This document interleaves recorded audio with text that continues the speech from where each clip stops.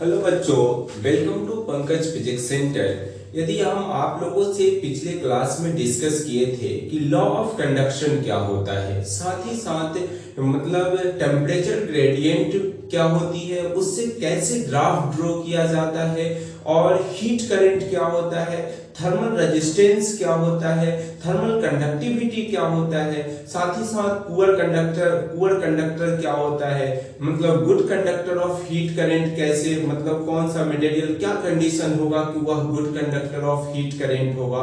तो इन सारे चीजों को हम डिस्कस कर चुके हैं। आप क्या करना, यदि नहीं देखे हो बच्चों तो उसको देख के आए ताकि आपको समझ में आएगा। या कैसे देखने की बात क्या है, यूट्यूब पे टाइप करना बच्चों पंकज फिजिक्स सेंटर और उसमें लिखना कि लॉ ऑफ कंडक्शन क्या होता है, उसके बाद टेम्परेचर ग्रेडियंट क्या होता है। तो इस तरह से आप लिखोगे तो हर चीज आपको प्लेलिस्ट में रखा हुआ है, दिखेगा और मिल जाएगा, और उसको देख के आओ ताकि जो आज हम क्वेश्चन करने वाले हैं वो आपको 100% समझ में आएगा। तो चलो फिर भी आप क्या है, थोड़ा सा हम रिकैप कर लेते हैं पिछले क्लास का। तो बच्चों हम ही लॉ ऑफ कंडक्शन पढ़े थे। तो लॉ ऑफ कंडक्शन में क्या होता है बच्चों, H को हम हीट करंट बोलते हैं। क्या बोलते हैं बच्चों? Heat current. कोई परेशानी क्या? Heat current. और हीट करंट इक्वल टू क्या होता है बोलो तो, के ए डेल्टा टी अपॉन क्या है, एल। मतलब के हमारा क्या है, थर्मल कंडक्टिविटी। ये क्या है हमारा क्रॉस सेक्शन एरिया, कितना एरिया है, और L delta T change in temperature, और एल हमारा लेंथ है। तो ये सारा चीज हम, और इसी रिलेशन से हम क्या करने वाले हैं, क्वेश्चन करने वाले हैं। देखो बच्चों, एक हमारा मान लो कि नदी है, कोई नदी ही मान लिए हैं, और उसमें एक बर्फ का जो मतलब स्लैब जो है बर्फ का, उसकी लेंथ है 5 सेंटीमीटर का स्लैब जम गया है बर्फ का। वह नदी के आसपास जो एयर है उसकी टेम्परेचर जो है बच्चों, वह हम मान लेते हैं कि -20 डिग्री सेंटीग्रेड हो गया है। क्या कहा है, ध्यान से देखना बच्चों। यह बर्फ जो जमा है नदी में, नदी के अंदर, वह क्या है, इसकी जो टेम्परेचर लेंथ जो है वो 5 सेंटीमीटर है, और एयर जो है इसके पास आसपास उसकी टेम्परेचर -20 डिग्री सेंटीग्रेड हो गई है। कह रहा है कि rate of cooling of inside the river, मतलब rate of cooling of water inside the river is कितना है बच्चों, 20,000 कैलोरी पर मिनट मान लेते हैं। थ्रू ईच स्क्वायर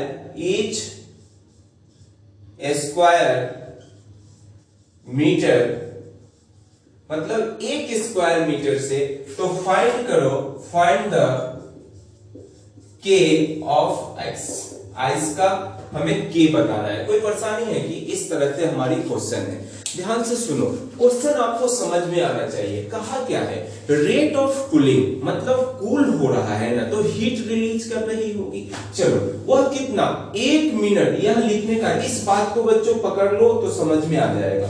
क्या है, 20,000 है कैलोरी पर मिनट, मतलब 1 मिनट में, क्या बोल रहे हैं, 1 मिनट में 1 स्क्वायर मीटर, मतलब 1 मीटर स्क्वायर जो होगा एरिया, 1 मीटर स्क्वायर एरिया। ऐसा देखो बच्चों, यह हमारा एरिया है ना, कोई मान लो एरिया इसका है 1 मीटर स्क्वायर है ना, और इस 1 मीटर स्क्वायर से पर मिनट, 1 मिनट में कितना, 20,000 कैलोरी हीट रिलीज हो रहा है। ये बात बोल रहा है हमारा क्वेश्चन। तो कह रहा है ऐसे सिचुएशन में जो यह आइस जो है उसकी थर्मल कंडक्टिविटी फाइंड आउट करके बताओ ना। तो क्या रॉकेट साइंस है की, तो हमारे पास क्या है, H मालूम है, तो H की वजह यही तो K पूछ रहा है, थर्मल कंडक्टिविटी। बच्चों यह केल्विन नहीं है, परेशान मत होना कि केल्विन निकालने के लिए पूछ रहा है, थर्मल कंडक्टिविटी पूछ रहा है। तो क्या करोगे, ध्यान से देख। तो बच्चों इसका स्टाइल चेंज कर सकते हैं लिखने का। H इक्वल टू क्या लिखोगे बोल तो, मतलब K निकालना है तो K इक्वल टू क्या लिखोगे, HL A upon delta T लिखोगे कि नहीं। चलिए अच्छी बात है। अब हमारा L तो मालूम है 5 सेंटीमीटर है, एरिया भी मालूम है 1 मीटर स्क्वायर है, 1 metre square. Change in temperature भी मालूम है ना, कितना मालूम है, कैसे निकाल लेंगे, 0 माइनस 20 मतलब 20 डिग्री का टेम्परेचर चेंज होगा, 20 डिग्री सेंटीग्रेड का। तो कैसे, हमें टेंशन एच की है, हमें टेंशन किसकी है बच्चों, एच की है। तो एच हमारा क्या है, हीट करंट। तो हीट करंट क्या होता है बोल तो बच्चों, H equal to delta Q upon delta T. Delta T time है, टेम्परेचर नहीं है बच्चों, और यह क्यू चार्ज नहीं है, यह क्या है हमारा, हीट है, हीट। तो अब बताओ कि कितना कूलिंग लिख रहा है बोल तो, यहाँ पे वाटर जो है यहाँ कितना है, हीट रिवर कितना एनर्जी रिलीज कर रहा है, रेट कूलिंग होने का कितना है 20,000। इसका मतलब है बच्चों कि H इक्वल टू लिख सकते हो 20,000 अपॉन टाइम कितना है 1 मिनट है ना, तो 1 मिनट मतलब 60 सेकेंड। तो इसको जब आप सॉल्व करोगे बच्चों तो कितना आएगा बोलो तो, कैलोरी पर मिनट, मिनट नहीं अब तो सेकेंड लिखना पड़ेगा ना। चलिए अब एक बात बताओ कि हीट करंट का यूनिट, स्टैंडर्ड यूनिट लो जो हमें लिखे हैं, वाट लिखे हैं। तो वाट यदि होता है तो क्या लिखोगे, जूल पर सेकंड पे, और यहाँ कैलोरी है। तो एक बात आप यूनिट पर भी ध्यान देना बहुत जरूरी है। तो 1 कैलोरी में कितना जूल होता है बच्चों, 4.2 जूल। कोई परेशानी होने वाली बात नहीं होनी चाहिए, हर चीज बताया हुआ है आपको। यदि शुरू से यदि वीडियो देखोगे तो हर चीज आपको मिलेगा, कोई नया चीज नहीं है। फिर भी यहाँ देखो बच्चों, तो H इक्वल टू क्या लिखोगे बोल तो, 20 पर 00 अपॉन 6 इंटू, यह इसको जब सॉल्व करोगे यह कैलोरी की जगह क्या लिखोगे 4.2, तो यह जूल पर सेकंड। कोई परेशानी, जब इन टोटल टर्म को जब सॉल्व करोगे ना बच्चों तो H इक्वल टू आएगा 1400 जूल पर सेकंड। बच्चों सॉल्व करना 100% वही आता है, हो गया। अब बताओ कि क्या करोगे, अब तो H मिल गया ना, अब क्या, इस बात को हम मिटा रहे हैं बच्चों। एरिया हमें दिया हुआ है, A जो है हमारा 1 मीटर स्क्वायर दिया हुआ है, L जो है बच्चों 5 सेंटीमीटर दिया हुआ है। चलो मिटाते हैं ना और आगे बढ़ते हैं क्वेश्चन में।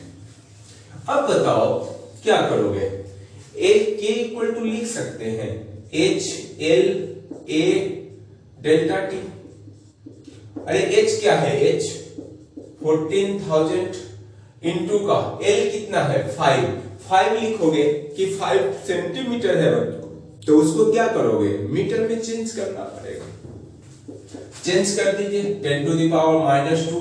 और A कितना है 1 मीटर स्क्वायर, तो 1 इंटू का चेंज इन टेम्परेचर कितना हुआ होगा, यहां देखो तो बच्चों 20 डिग्री का चेंजिंग आया होगा। तो अब कहोगे A कैसे आ गया बच्चों, अब क्या है 0 से हुआ होगा माइनस का 20 डिग्री सेंटीग्रेड, तो क्या लिखोगे चेंज इन टेम्परेचर 20 डिग्री का आया होगा ना।